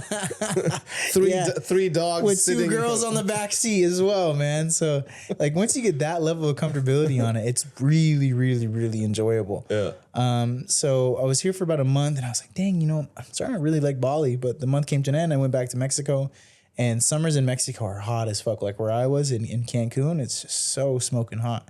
And I felt like I just wasn't growing. Like I wasn't progressing how I wanted to. I wasn't really like building towards a future or anything. So I was like, I hit him up again. Before this, me and my girlfriend broke up in November of last year. And I went to Brazil and I just went on a bender. Like I went on a straight sexcapade, like going outside every single day, hooking up with as many girls as I can. I did like, I think it was like 8 girls in 7 days or something like that. Just a new one every single day. And this is all of no apps, all of a cold approach. Yeah. Okay, there was one or 2 girls off Instagram. But I was just a dog, like just trying to fill that hole of like the breakup. Which yeah, hole? I was trying to fill a lot of holes, buddy. I was trying to fill as many holes as I possibly freaking could. I mean, Yeah, I was. but was it mainly like you trying to fill up the hole of like, was the breakup was tough? Yeah, it was coming. Like I cheated on her a bunch. Like Wow. yeah, I'm reading a book right now called King Warrior Magician Lover. Have you heard of it? No. It's a conceptual book about the psyche of man and like how we express things. You could do it in a mature way or a not mature way, and cheating on your partner is just not a mature way to go about it. Yeah. Like whatever you're feeling inside, it's just like you got the boy mentality and you have the man mentality. Yeah. Boy psychology, man psychology. Boy psychology is like, be sneaky, move around corners. Yeah. Hide your phone, and the man psychology is like, hey, this is how I'm feeling. This is what I'm going to do. Yeah. You are free to stay around, or you're free to leave as well. Because I understand it's a So different. everyone knows what is going on instead of like lying about it, right? Yeah. And I was totally being sneaky about it, like just fucking hoes on the side and like picking up girls and like oh no, she was just for content, blah blah blah. Yeah, because I was about to ask you like how easy or difficult it is to have relationships with doing what you do. Because I worked as a stripper for 2 years. I was like doing the like Magic Mike, but in the UK it's called the Dream Boys. Sure. And one of my actually serious relationships was while I was doing Dream Boys, and she, like, kudos to her, she was so kind of secure and whatever, she trusted me, and I did not cheat on her. But it was like for anyone else. I remember some other boys who were dating, like their girls were going mental, like because almost every day we're in front of 1,000 crazy women and like taking our clothes off, right? Yeah. So for you, how was? Well, my girl, she's such a sweetheart. I still have so much love in my heart for her, just as a human being. Yeah. She was super secure in who she was, and the reason that way I started dating her was because her habits were so good. She'd wake up at 5 a.m., do her workout, like just didn't drink, didn't smoke, and like when you're that type of person, you have a certain kind of like spunk or charisma to you that you know you have what you have. So, and our connection was super deep off the bat. Like, wow, this person understands it, they get it. Like, she's investing in herself, doing coaching programs, doing all like the stuff that I admire in a person. And when it came down to it, I was like, oh my God, this is a great person for me. So it helped that she was super secure, and she also did OnlyFans as well. So it was kind of like a two-way street. Like, oh, she's selling pussy on the internet, I'm fucking hoes on the internet. Like it's like, yeah, there's a mutual respect. Sounds like a Romeo and Juliet right there, bro. California Romeo and Juliet. Who was saying that romance is dead? This is a romance. I love it. Bring it on. How was your day, honey? Oh, it was just so many plays with dildos and stuff. How was your day? Yeah. And I was secure about it too. Like there was a couple times we were chilling. She'd rented out this apartment in Tulum, which is $10,000 a month, like a fucking villa. Like, it was crazy. This is a girl from Argentina. All right. The average working wage in Argentina for a monthly salary is $300 a month. So she went from Argentina to spending $10,000 on a single month of being in a villa. So like, I'm not paying for that villa. I'm not dropping 10 G's on your villa. That's insane. Like, baby girl, you do you. I'm happy to be around. I'm chilling right here. And I make decent money, but I'm not spending 10 G's on her villa. Like, oh, baby, I'll take you away from all this. I'm not doing that. I won't. But I was super secure in myself too. Like, part of her OnlyFans is like she'd do video calls with guys and like talk to them and charge $100 for 5 minutes while they jacked off or something like that. It's beautiful. I mean, like go do it. I don't give a fuck. Come buy me some dinner afterwards. Like, yeah. So realistically, like, we were both very secure, but then, I mean, just like the boy psychology of, but the thing is, you fuck somebody like 100 times. It's like, it's kind of like a stick of gum. Like, yeah, the gum still has some flavor, but it's not like a fresh stick of gum. That's a clip right there. That's a clip, right? I don't even know what to say. But it's true. It's just like, damn, that's my favorite fucking flavor of gum. But golly, give me some fucking peppermint or switch it up to some juicy fruit. Yeah. So, but that's the boyish psychology of it. Of like, yeah, I'm not expressing how I truly feel in the moment. Let me just go cheat and release that energy, because energy cannot be created or destroyed. It will only be changed in form. So if I'm feeling anxiety, like, the quickest way to release that anxiety is like, hey, going directly into it. I'm feeling this. I want to express this. I should be telling you this. But it's like, there's a fear of like, oh, this person's not going to accept that. It's going to change your relationship. And one thing that I don't ever regret cheating. I only regret not giving that person an opportunity to accept me for who I am and not making that decision for her. And I think that's the big takeaway from this is like, if I'm going to be in a relationship with somebody, I really need to kind of let the walls down and be like, hey, this is who I am on a vulnerable plane, and build a foundation of truth from that point. Because I mean, I was in a relationship where I was like hiding a part of me, a piece of me, the part of me that was cheating. And it's in the room with you. You can feel that there's another person in the room with you. But do you think the main reason you were hiding because you were afraid how she's going to react on, like, if you would show your true colors and say, like, you know, this and that? And I have actually one subject what I definitely want to talk to you about, which I thought about is what is your opinion about this idea that from very young age, men lie to female because they have one big purpose. Getting pussy. It's not even a joke. It's more like getting pussy. And then when I thought about it, it's crazy. And you know, now they have these all these podcasts going out. What is this podcast? Very famous one where the guys get the OnlyFans women over and they talk to them about Fresh and Fit. Yeah.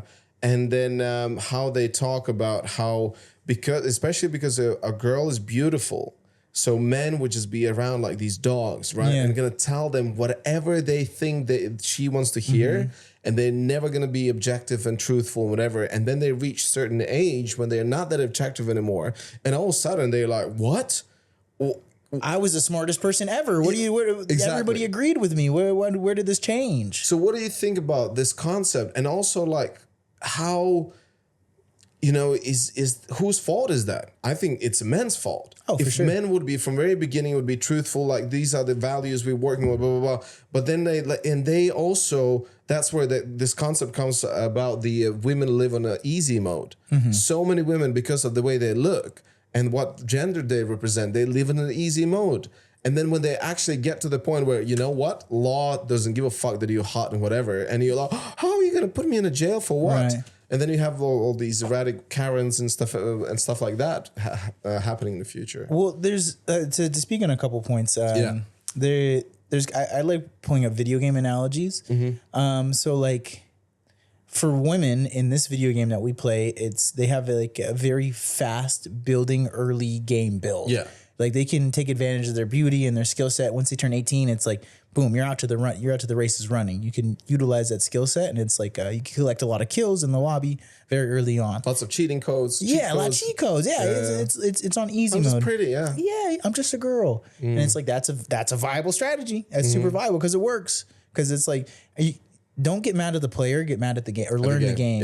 Learn the game. Shout out to my boy Young Goldie. He has a podcast called "Don't Hate the Player, Learn the Game." Yeah, shout out Goldie.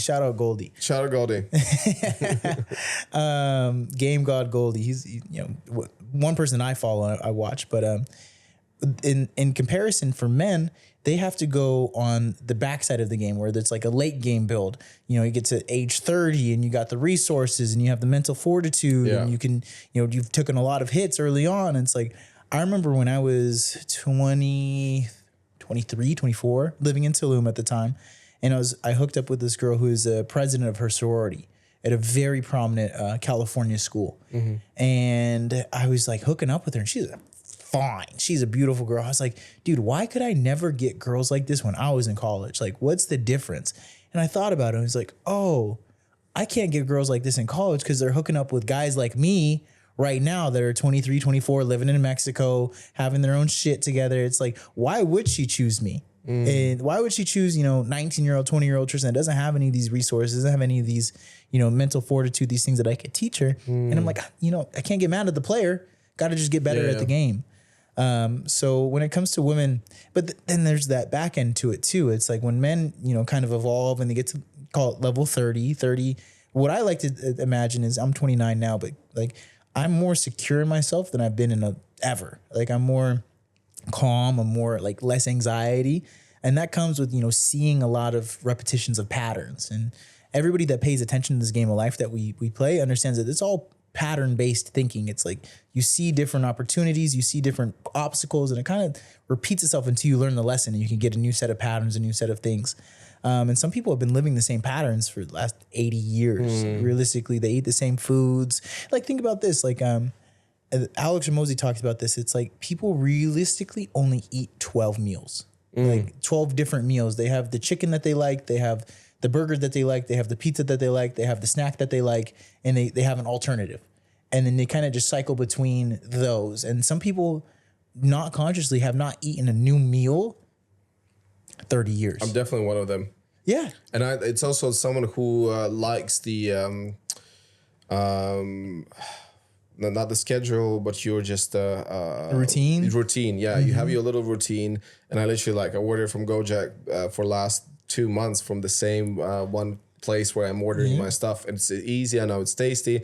Why would I try to experiment with something else? And I'm not sure about something else. Like, I know this is good, and it's a stick with two ends. Like, very often, then you just close your possibilities for what else is out there. Sure. And what happens is when girls hit 30 and say that restaurant closes, or, they don't serve the same dish anymore, hypothetically or metaphorically speaking, then you got to figure out, this is why I like fat girls that got skinny, because they couldn't rely on their looks before. Yeah. And then they had to come in with some fire ass personality to get people to respond to them. And it's like, oh my God, you're fucking funny. I can not agree more with you. Like, it's 100%. And the same thing with the dudes as well. Yeah. A lot of dudes go with that 6 feet tall, everything. But look at who are shorter, maybe used to be fat or whatever. They are usually very funny, and they know how to survive. And Sarah Silverman, the comedian, she used to be a bedwetter. So one of the reasons why she became a comedian was because she was a bedwetter, and people the camps, school, everyone was making fun of her. So she would figure out what to do, how to get, because she's Jewish. So she went to Jewish camps, they have a lot of those, and she would wet the bed till she was 16, 17. And when you have for me, it was I used to have a big mole on my face, here in this spot, there's now a little scar. And how often other kids would tease me oh, what's that shit on your face or whatever. And then you try to figure out how you can be quick with the words and stuff. If you're just pretty and perfect, oh well, I don't need to do anything. Yeah, and there's a percentage of girls that that are pretty and perfect and they ride that to the sunset. There's a percentage. There's gonna be your outliers. Yeah. But what a lot of girls are finding, it's they're pretty imperfect until a certain age, and then they're pretty imperfect at a lower percentage. And then, maybe they have a kid and now they're pretty, semi-pretty, all right, perfect. And now they got a kid, and it's the free ride that you were having at 24 is no longer the free ride that you're having at 34. And then you have to really figure out a different way to play the game. It's it's basically you keep pressing triangle keeps hitting. You're not going to learn any other combos. It's what's the point of learning any other combos? But what happens when people start to defend against triangle? It's oh. Fuck, bro. What? I love your analogies. Yeah. Right there, Mortal Kombat. What are you gonna do now? Yeah. You kept pressing triangle. All right, triangle time's done, buddy. Yeah. And I totally agree. And I think for women, as soon as they they figure out who they want to spend time with, the girl who I'm seeing right now, she, as far as I can understand, she's surrounded by people with a lot of money. All her life, she was the guys with money. But I think I'm representing one of those who's a funny dude. Who's we can joke together. We have this really interesting connection together. And she knows that there's no money she can get that for. The guy's gonna come here's the cash, but you're not funny. We don't have this great connection together. So, but then at the same time, from my side, I tell to her, listen, I want to see you grow. I want you to build your business. I want you to do all those things. I taught her how to ride a bicycle. She didn't know how to ride a bicycle. And I said, you need to ride a bike. I want you to be independent. I want you, when we ride a bike somewhere and I'm riding it and there's an accident, I break my leg. That's so true. And no one else can save our asses. So you were going to be sitting there oh, well, I can't do anything. Yeah. No one gives a fuck. So I want someone who I can count on as well. And it doesn't matter how fucking pretty you are. You're not going to be able to ride a bike. But, So for me, I say straight away, yes, you are beautiful, but how far it's going to get you? Are you the person I can count on? And you see, the other interesting point is when, I think in Western, that's a very a common thing that women date older men. Yeah. In Eastern Europe where I grew up, almost all of them are the same age. Really? Yeah, it's very crazy. My mom married my dad, who was at the same table at the school from the grade 5. My sister married her husband. They in uni together.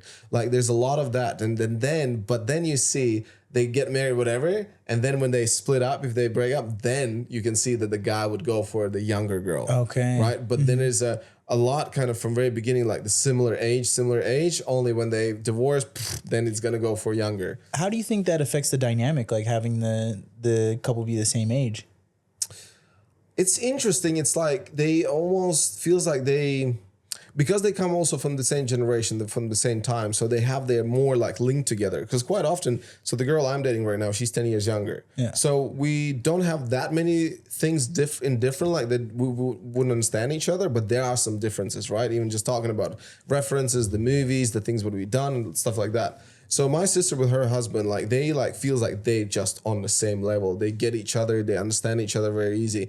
And then when you see like someone who's older and dating younger, then you can feel there's like this gap of that stuff. But for many cases, that's not an issue. That's not a problem. And then some women, maybe that's what they look for. Like they look for someone who's more, mature and more this and other reasons. So there's actually a personal anecdote to this. My little sister is now dating somebody who's, I think, in his 40s. Yeah. Or maybe early 40s. I'm 29. She's turning 27 this year. But her whole life, she dated younger or like guys that were like right at her age. And she kept running into the same problems, like emotional immaturity or lack of resources or broke guy, X, Y, and Z. And now she's dating this guy that's older, and my dad is not feeling it. My dad is like 65 or something, 66, somewhere in that range, and he sees his young daughter dating somebody that's in his 40s. Like the age gap between the two of them is pretty much the same, like from her to him to my dad. Yeah. And I'm all for it. Like me personally, I think like when it comes for my little sister, I saw the mistakes that were being made by the younger guys, and it's like I don't blame the guys because it's a video game analogy. You just don't know the routes yet. You just don't. You haven't had that experience in that bucket yet to be able to play the game at an efficient value. But I think definitely inside of the Muslim faith or the faith of Islam, they speak that the wife of the man should be half his age plus 7. So if a man is 40, you divide that by 2, 20, so and then 27. 27. Yeah. 50 is like 25, 32. Why 7? I don't know. It sounded good. I haven't done enough research to understand. I know about the 70 virgins, but right. But you like that one, yeah? That was good. But I thought about that concept. I was like, yeah, that makes sense. Like I'm starting to date girls now, and like I'm 29, and I'm coming more into my like leadership role. Like girls that come over, and even if they're like this girl from South Korea, she was 28, but I was like, hey, it's like. When you come over here and if we're going to fuck with each other, you're going to have to clean up after yourself. Like, I know I have people come over here and they clean and you see that, but like when you leave a cup out or you leave, the bed unmade, it's like that affects you negatively in how I see you. And that's not what we're going to be doing here. And that's not going to be a representation of me inside of my home. Like, I'm not going to clean up after you when you're a guest in my house. Like it doesn't matter if we're having sex. Regardless of how beautiful you are, you're going to pick up your fucking cup. And she's like, but then, guess what she started doing? Cleaning up after herself. And she respected that. She said, thank you for teaching me that. Like, guys don't really break into me like that. Yeah, because they're afraid. Because they're afraid of the beauty. She's going to walk away. Exactly. And that's where like, this puppy bullshit, like for me as well, I'm saying right away, what's up? Like, listen, I cannot deal with this. Like, I'm not gonna, I have my boundaries, and you think you're that amazing and then you can walk all over your man. Like, go find another man. Yeah. Simple. Yeah, there's men out there that are uninitiated. I think initiated is a great sense of that. It's like, I think everybody that has had a beautiful girl have let shit slide because she was so beautiful. But afterwards, I'm telling you this right now, you have sex with a girl 100 times, 101st time, you are not as excited as you were the first time. That's why it's like for me, for example, I'm at a time in my life when I'm looking for a partner. For someone I want to build family with. I want to, I'm definitely not interested in just dating and looking for someone else, right? Yeah. So I straight away go to the points, like I say, like I'm not going to tolerate this, and this, and straightforward. But going back to this, why I think the age gap, sure, how it worked. Like for example, when someone is 20, both of you are 20, right? And you're dating and together, and then in Latvia and other Eastern European countries, they get married very early, like 23, 25, before even 30. And then it's kind of acceptable that they do it because the man is the woman is still young. You see, the other thing is like it's the fertility as well. Like if I would get married with someone who's 40, I'm 41 right now, right? So if I want to have kids, so like I would like to be dating this person for a year, get married and then have kids. So she would be 43. So I think like obviously it's possible for women to have kids older, but there's more complications, it's more harder and all those kind of things. So that's also what men think about. They think about to have their woman around like 25, 30, 35, and that's I think is the reason why there's an age gap. I think so. Like on another video game analogy, it's like when you're going through the levels together and you guys are both experiencing level 20, level 23, there's a camaraderie that comes into that. But it's also like, I mean, if I'm level 30 and I've seen level 25 and I could tell you like, hey, don't do that, do this, do this, do this, do that. It makes just the process so much easier for the person like going through it. And like when I was younger, I love dating girls in their 30s. I was like 21, 22. You can learn shit. Because I can learn shit. And they don't play the same games. Like not even close to the same games. Yeah. I was maybe 22 hooking up with this girl that was like 35, living in San Diego, had her own business, had her own apartment.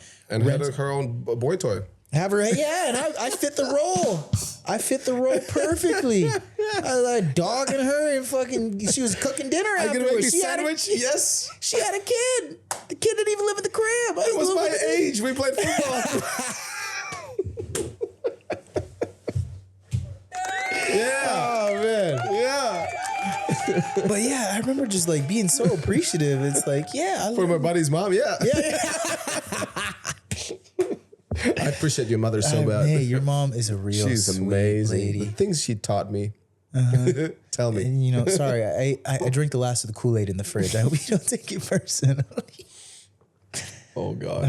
But yeah, I think on a fundamental level, women being younger, here's the thing. I think relationships sometimes fail. Sometimes, not all the times fail, because the woman stops looking up to the man. Like one lesson from the pimp game is that you always have to be showing your woman that you could do something better than her. And another lesson from the pimp game that I got was I used to get mad at my girlfriend or like a girl when she like mess up. Now I love it. It's like if a girl is right 75% of the time, that's a good woman. That's a good woman, because if she was right 100% of the time, what the fuck would she need you for?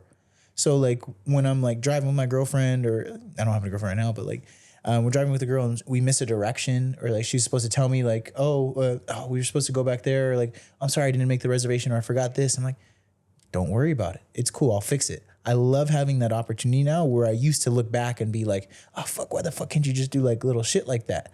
But whenever an opportunity like that arises, it's like shine time. Let's go. And now it's like I put myself in a position to be able to be admired by her. And the thing is, it's like you have the admirer and you have the admiree. I read this quote on Twitter the other day. It's like, flirt with everybody, date the girl that you love, and marry the one that loves you. And to keep that dynamic of I'm leading and you're coming with me, instead of like we're kind of moving through this together, it allows for an easier synergy, what I feel personally. Like, hey, I'm going to go ahead and call these shots. We're going to make it happen. You're going to be with me. You're going to be rocking with me. Sometimes in companies, you need an executive decision. Yeah. There needs to be somebody at the helm that says, all right, we're pulling the trigger right now, and can't have two people that do that. So with me and my girlfriend, we go somewhere like she's my navigator, right? But I actually call her never get there.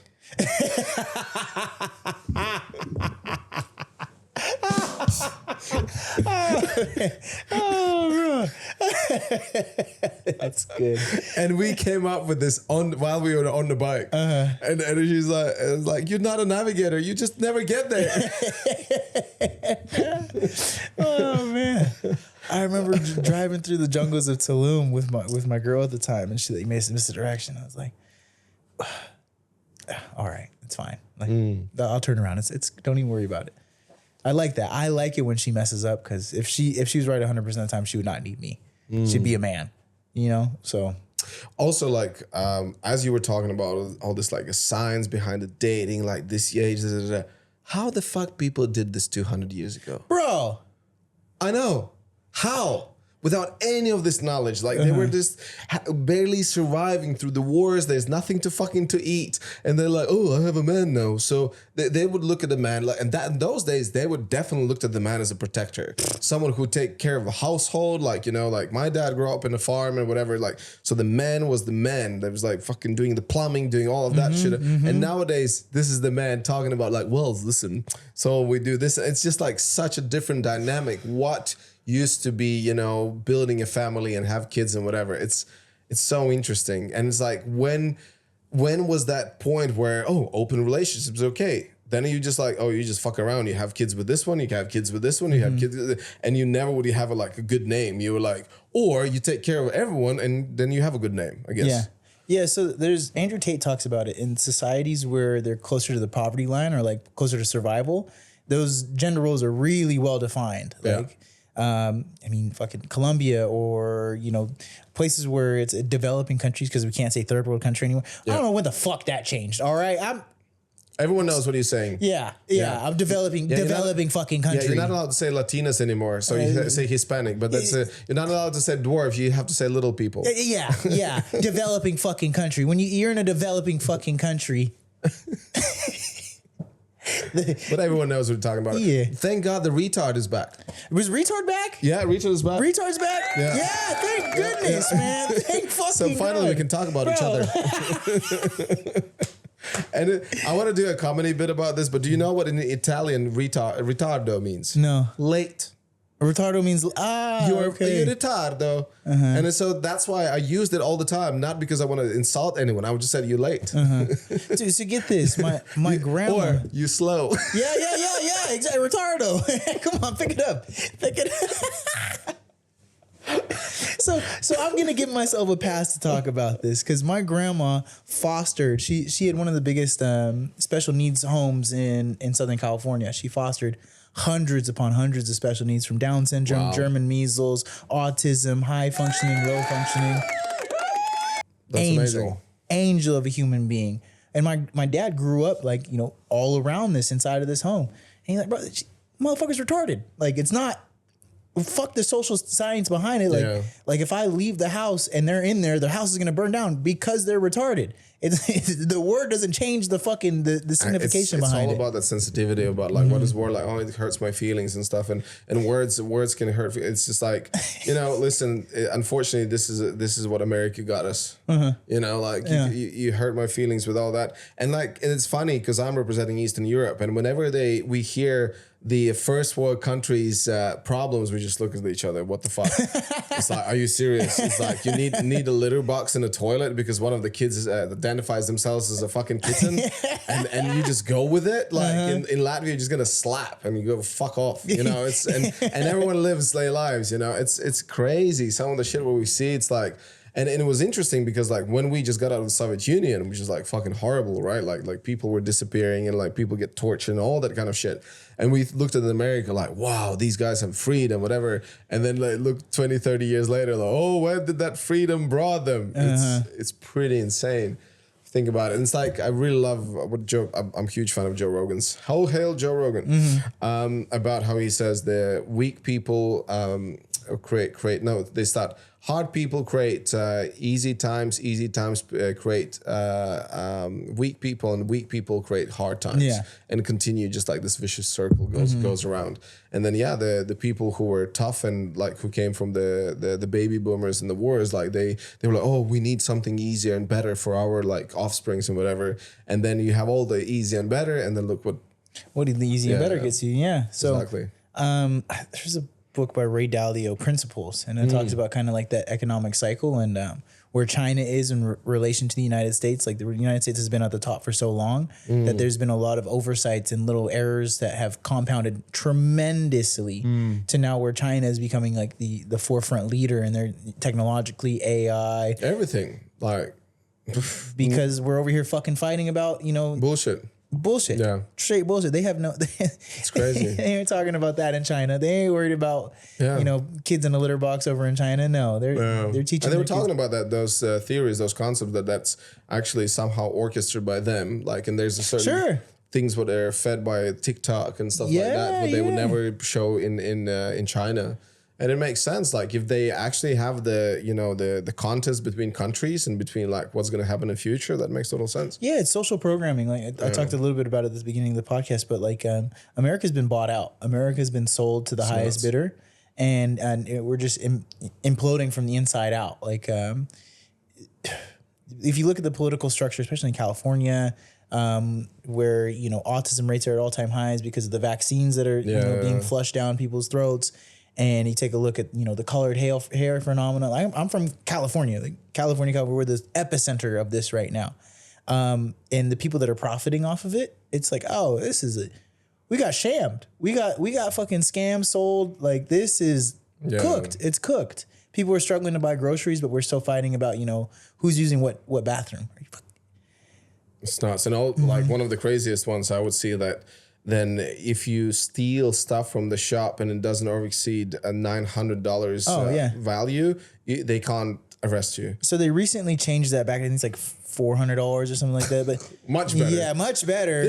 I'm gonna go to the store twice. Yeah, like what the fuck? Yeah. Got to split it up, guys. Got to split it up. Stealing, you get fucking trouble.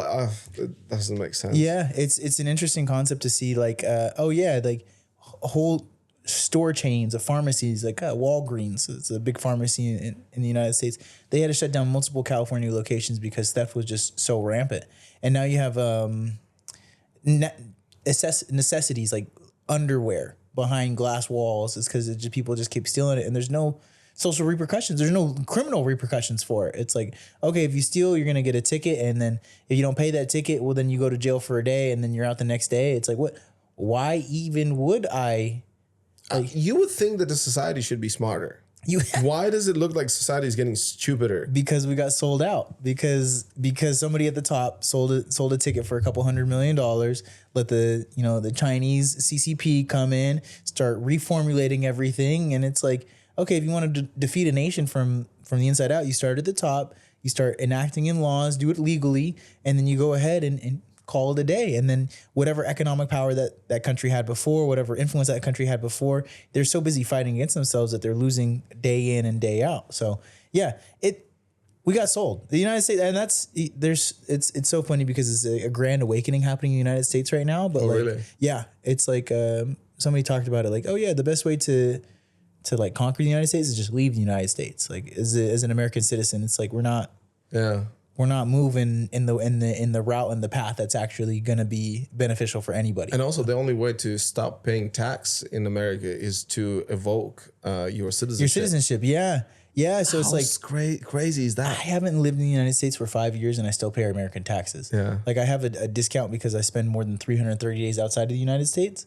But I don't make the only thing that's in the United States is my bank account and my business entity. But me personally, I'm not going to any American shops. I'm not buying any American products, like all the clothes that I buy, all the food that I buy. Basically you're not taking money away from America. Like if you would be there, so you would walk the roads, you would use how the fuck am I paying for the roads and the public transport? Yeah, so why would you pay for it? Why would I? Exactly. But until I revoke my citizenship and give up my passport as a United States citizen, I'm still. Federal taxes are still mandatory. America, fuck yeah. Dun, dun, dun, dun, motherfucking day, yeah. America. That was remember when I got on the stage doing stand-up? I was doing that for you.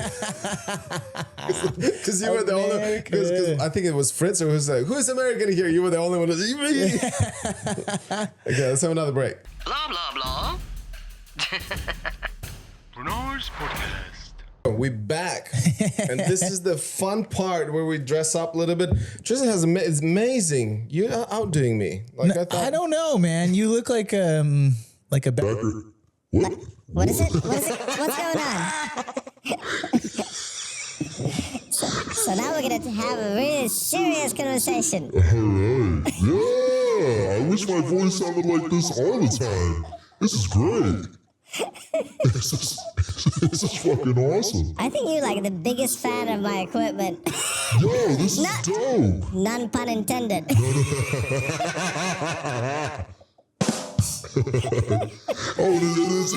stays this way. Okay. All right. I thought you pressed the button and then And then it was done. No, it's cool. It's fucking awesome. So who do you think has that voice in from movies and stuff?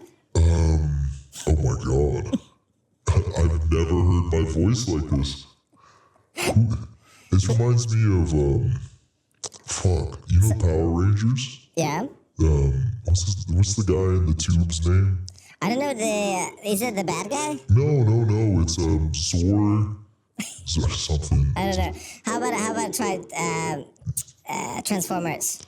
Transformers, robots meets the more than what's. Fuck, I fucked that up. No. When they say the Autobots rolled out. Yeah. Decepticons. Or my favorite is like, I am Groot. Yeah. That is Groot's voice. For There you sure. go. I am Groot? That is very good. Yeah, that was great. Oh man, I gotta start training my voice to get down to that octave, man. I don't know. Fuck. No, it's just it's very interesting how my guests get like very kind of what the fuck just happened? Why do I sound like that? Yeah, so this is like kind of a bit of fun part, but at the same time still serious. Obviously, it's always serious stuff. What we didn't had a chat about is about what kind of other things do you do except what is your business and what is your work, and also do you look at it like as your work, or do you look at it still as just like this journey you're having, and there's still so much to learn, and what is like also what are your future plans of how to expand it, and do you want to open like the approach coaching schools or like? Yeah. So I enjoy what I do. I like the group coaching aspect. I like hopping on calls and hanging out with the guys there. The one-on-one, like in person, is a little bit more. Take glasses off for me. It's difficult. I need to see your eyes. I enjoy what I do. Kind of how I see it evolving is I have a clothing brand and a supplement brand that are based around like the idea of social. Like you wear this shirt, you become more social. You drink this energy drink, you become more social. I feel like there's a lack in the market for these types of things, and that's gonna be something after the coaching program really stabilizes that I'm gonna start investing my time and thought energy into as well, because I feel like there's a big gap in like the sober market. Like, hey, I want to go out and I want to party, but I also want to feel something. Like I'll go out and party and I'll drink coffee. Like I'll be at with an Americano at a party or something like that. So if you can create kind of like a avenue of nootropics where it's like scientifically proven to make you more social, like feel like a cacao or something like that. The sober social aspect, I think, like as I've been telling you, and right in the break, I mentioned you were like, when are you gonna come join us for paddle? Yeah. You know, someone who has been kind of like smirking, you know, a year ago to see someone with a paddle racket, paddle players. Yeah. But now I'm playing like for the last 3 weeks almost every day, and I'm like, it's so much fun. You meet people, as you say, like a sober interaction where like you have conversations, you have this like a passion of winning, losing, or whatever. There's all going on. Like this morning, it was 8 o'clock there. Everyone is just like grown men and women enjoying good time, have a good conversation in between. And that's beautiful. And it's also like for a future, like, I don't know, for dating opportunities or whatever, that's how you meet people. That's great. And like, yeah, that we need more of those opportunities for like a healthy, you know, building connection. You know, what I've noticed now, the other one is in Bali is the church. So many Atlas, in Atlas, so many people I know single girls who are like a bit advanced. I wouldn't say old, a bit older. They're more long in the video game. Yeah. They have a next level of the equipment and stuff. But they're like, oh yeah, going to church. And it was like 1, 2, 3, 4, like 5 of them who I know who being like, oh, dating sucks in Bali, like dating sucks in China, like all the apps. And it's like, oh, so you're going to church. So the last straw.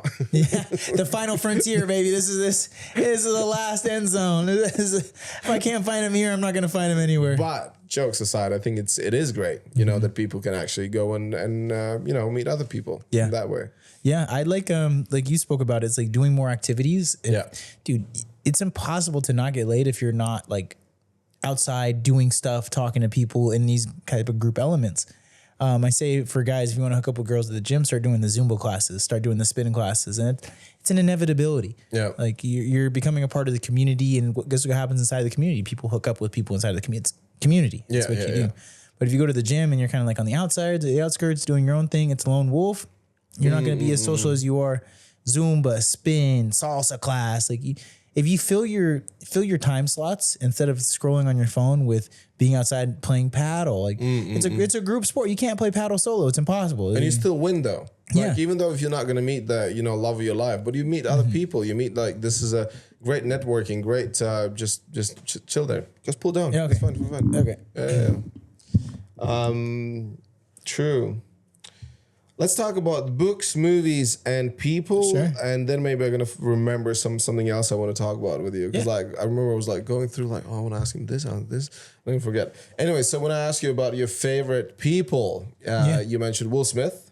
Will Smith, huge influence for me. Huge, phenomenal. And straight away for me was like, did that change anything or something after that accident? What happened with Chris Rock? No, Didn't change anything. not a single thing. I think something that affected a little bit more was like the coming out of his relationship, and like I didn't give a fuck about him slapping Chris Rock. I don't really give a shit. Especially because I'm not living in the United States. Like what Will Smith was and is for me is like a role model. Yeah. And I think we talked about this a little bit, but like, why is the masculine society failing in the United States is because there's no role models. There's no people that are taking the helm and taking hey, this is how you do X, Y, and Z. This is how you express yourself as a man. And for me, he was a role model. He was probably my number one role model outside of my dad.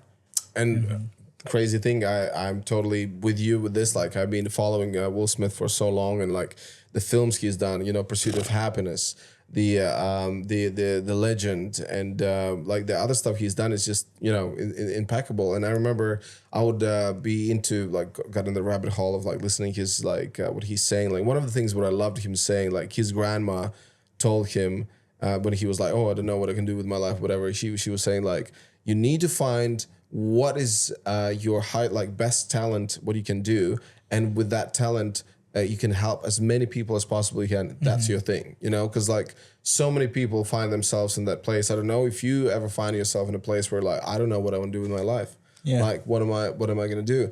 And like I don't know what states, but like in Eastern Europe there's a very weak kind of program of mentoring young kids after high school, like, oh, what you could do, like you would be a scientist, teacher, whatever.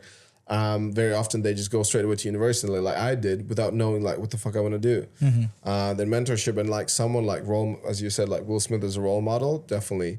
But for me, it was when you said like you don't really care what happened with that incident with the slapping, it wasn't like, oh my God, that's it. I don't like Will Smith anymore. For me, the main question is like, what can possibly hurt so much in this human that he can just go and do this? That was my main question. What can like this, because there's no really excuse for any grown man to just go and like do this in front of all of these people. So there's something being built up for so much, for whatever like comments being thrown at them with their relationship. And then she was dating this guy who's like the friend of their sons, and I don't want to get into it, but I was like, that was my thing, and I felt sorry for Will and obviously for Chris as well. But yeah, so what is your favorite film? So we already mentioned two movies. Hitch and my it was not even a film. It's Fresh Prince of Bel-Air. Oh yeah. So that when I was growing up, there were not a lot of black people that were on television. Not a lot of light skinned black guys. So I looked at that. I was like, oh, this is how you be a light-skinned black guy. So I started to mold my kind of personality and my fun lifestyle around with the character that I saw in the Fresh Prince of Bel-Air. So. And it's crazy how he did the films, but the music career. Sure, dude, yeah. I used to do hip hop. I actually got to the level where representing Latvia in a world championship. Really? Yeah, as a hip hop dancer. So I started in my little town where we didn't know how to there's no hip hop like place to practice, or there's no teachers, right? So I would watch videos and I would be dancing. So I would be watching like Backstreet Boys, whatever. And then the first time I performed on the stage was me and 4 other girls, because none of the boys would dance. All the boys would be shy, whatever. And I was like, I fucking love dancing. And the song was boom, shake, shake the room, take it. It was like, I had no idea what the lyrics meant. I was just boom, shake, shake. And that was Will Smith for me. So it was like embedded in my kind of like DNA almost. Yeah, Will is the guy for me, for sure. Berlin Edmund Berlizzi. Jeez. Berlizzi, yeah. Berlizzi. Didn't have time to have a look at it. Yeah, he's a friend of mine from college. All right. Yeah, he's a YouTuber, streamer. He was the first person that I saw with like a setup like this where he had made a lifestyle. Like he was making hundreds of thousands of dollars, maybe even millions of dollars a year from being a streamer. And I remember looking at his setup one time like this, like his workstation, which where he had a green screen. I remember just being like, fuck, it's like that is so much closer than I even realized. Like somebody that I know is doing it. And that would have been like a deep, deep desire for me for a long time. And to see somebody that I know succeeding in that avenue was like, yeah, it even gives me chills to this day. Like, oh my goodness. Like, and he's still doing it. He's still crushing it. He's been crushing it for almost 10 years now inside of that space. And it's, I love seeing him succeed. Truly. And it's amazing when you have those people, like someone who just like, whoa, you know, open this kind of, you just understand like, well, he can do it. I definitely can do it. Like anyone can do it, you know? Yeah. Instead, like how we also would look for the other side of the, you know, the ocean, like what's going on in America. Like we thought, oh, we would never be able to do this. We would never be able to succeed and do things like that. So for me, I was so happy that when I moved to Canada and then afterwards to UK, like meeting these people from all over the world, I was like, yeah, doesn't matter where you're from. It's just about your plan. Do you have one? And what are you going to do with it? Yeah, I mean, a solid plan is sometimes all that you need. Like a lot of people are like, I don't know what to do. It's like, all right, that's the first step of the plan. Figure out what you're going to do. And exactly. And it's, you know what? It's always better to have a shitty plan than no plan at all. 100%. 100%. I was in rehab and I was working with this guy that was addicted to Percocets, like he was a construction worker or something. And I watched him like, oh, we got to clean the kitchen. I watched him just map it out in his mind and then do that. He was like, all right, we're going to, what do you say? We're going to plan the execution and then execute the plan. And I was like, oh, hell yeah. Percocet, where's one? Yeah, I need one. Did you watch Rick and Morty? Yeah. Did you remember like when they were flying the dragon and they were doing Percocet? No, I didn't see that. That sounds like a good episode. So good. I miss Rick and Morty. They don't have it on Netflix here. In the UK, I would like smoke some weed and always watch it. It's fucking awesome. Okay, and then Malcolm X. Yeah, Malcolm X. I recently read his autobiography. This was earlier this year, but he changed how I saw a lot of like myself and social dynamics and like I didn't even realize it, but in the United States, it programs you to hate black people. There's a deep subconscious underlying like black is bad, and now it's starting to like change the frame where now white is bad. Oh yeah. It's a tough time to be a white person. Yeah. Like it's socially, not necessarily in a corporate sense or whatever, but like because I'm half black, half white, I can kind of look at it a little bit more objectively. It's like, oh yeah, white people could never say that, and it's because of the pretext of like they're in a position of power. So it's like, yeah, white people are 100% in a position of power, but like for the common white dude that's not, a super elite, like I mean, fuck, like. There's a whole bunch of shit that dude cannot say, cannot do. Yeah. And a whole bunch to watch his back all the time or her back. Yeah. Yeah, and there's a whole bunch of benefits that they can't collect or they don't collect. So it's like, oh yeah, white people are privileged. That motherfucker making $30,000 a year, living, paycheck. He's there's no real advantage to him, So. Yeah. Well, I think it's dissipating more and more now. Like it's just always questions like, what is going to be the next new thing? What Americans going to come up with? Like has better or who's worse or who we're gonna hate now and like, let's hate these guys now. It's crazy. But I always curious and I talk to black people about this or mixed race people about this. Like, when someone is black person can say like, well, blacks can do this or whatever, we can say N-word and whatever. So when you're 50-50, when do you come up and saying like, well, I'm a black or I'm a white? I mean, it's so funny that like people were trying to say, because my dad's white. Yeah. And they're like, oh, your dad's white? You're a white man. I'm like, dude, my mom got called the hard R in front of me multiple times. You're going to tell me that you're going to tell that, 8-year-old kid that experienced that he's not black. I'm just like, I don't really know how it works. That's why I'm asking like how this whole, which is because then also they can call you white supremacist as well. Just as, but it's just so stupid. And then someone who has 10% in them are black, right? And they go like, whoa, black rights, and I can say N-word, and I can just like, hold on, like, how does this work? Like, I think it's a question of presenting. It's like how socially, how are you seen, like to the outside world? Yeah. Like, I mean, I go outside and I have no question that I look black. Like as a black American man, mixed race. Sure. I would just like, and this is the funny one. I didn't see a black person until I was 19 years old. I can believe that. First black person I saw was when I was Germany on a hip hop world championship. The guy, German? Yeah, in Germany, but he wasn't in Germany. Oh, okay. He was African. He was, I don't remember which African country. He was an African poet who, or a writer.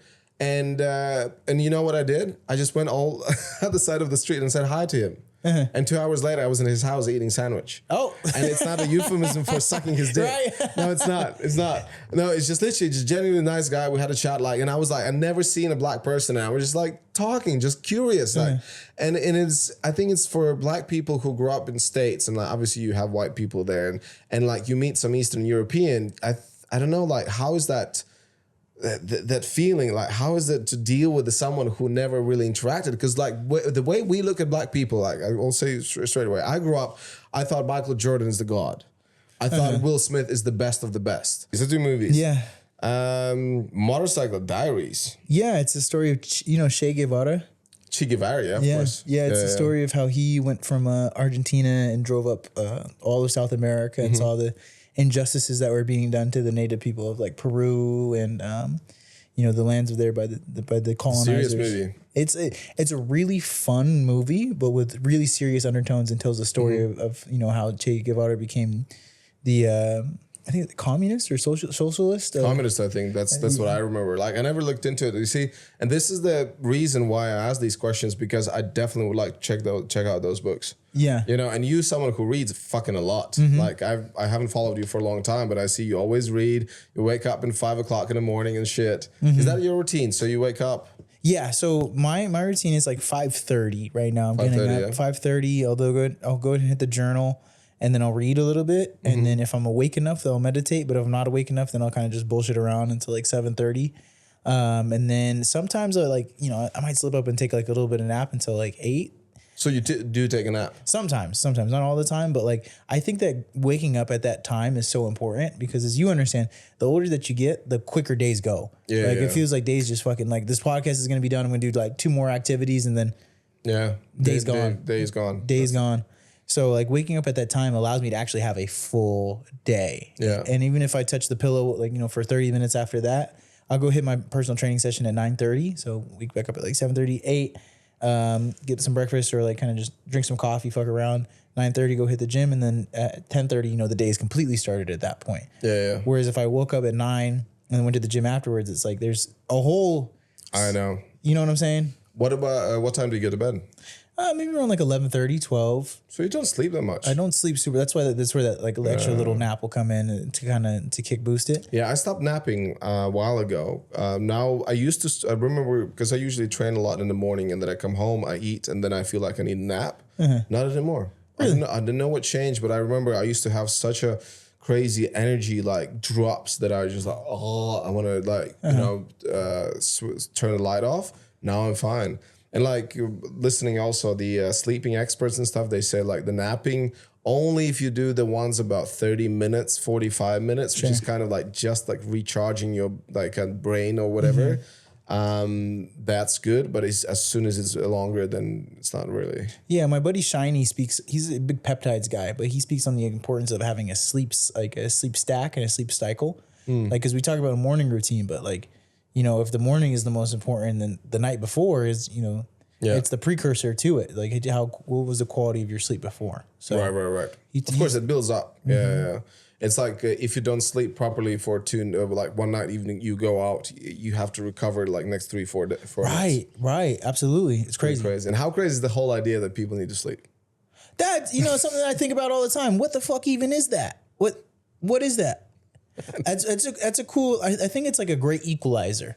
It's just nuts. But then we go to this world of like dreams of like we just done moving, and it's nuts. And then that's a real place too. Yeah. That is a completely real place too. It's like your thought process is still happening inside of this subconscious state. Like you're seeing stuff. Like stuff is happening. Your body's reacting to it. Yeah, 100%. It's a real place. Real place. Then we have a Silence of the Lambs. One of the movies, I heard so many things about it, but I've never freaking seen it. It's with like the first time. There's 2 times that I really felt, 3 times that I really felt fear. But that movie was one of the first times that I felt like true fear of like a character and like, Right. God, this is such a meticulous movie and like, When he did the, oh, it's so beautiful. I know that, but I haven't seen the whole movie. Yeah, it's a good movie, man. It's a good movie. I would really watch it. Anthony Hopkins. Yeah. That's one of his like star roles. He killed that character. Truly. That villain is, I love a good villain. Maybe that's why I love a good villain, because I feel like it just breaks the norms of like what we're so used to. Because villains win in everyday life, like all the time. Like we're getting, the universe is getting ran by villains right now. Like there's not a good guy that's calling all the shots here and like he's making all these, law policies. It's bad people and they're winning. So like when it comes to the movies and it's like, oh yeah, the good guy always wins. No, motherfucker. That's written by the bad guy to make you think that the good guy, we're losing here. It's like, yeah, we're losing. Yeah. So I like it. He's a good villain. Anthony Hopkins in that movie is a really good villain. Anthony Hopkins. Yeah, really good. It puts the lotion on its skin. Pan's Labyrinth. Pan's Labyrinth. Yeah, it's another really good movie. It's a movie from Spain, and it also has a really good villain in there. It's just an entertaining movie. It's not necessarily like an entertaining movie, but I gained some entertainment from it.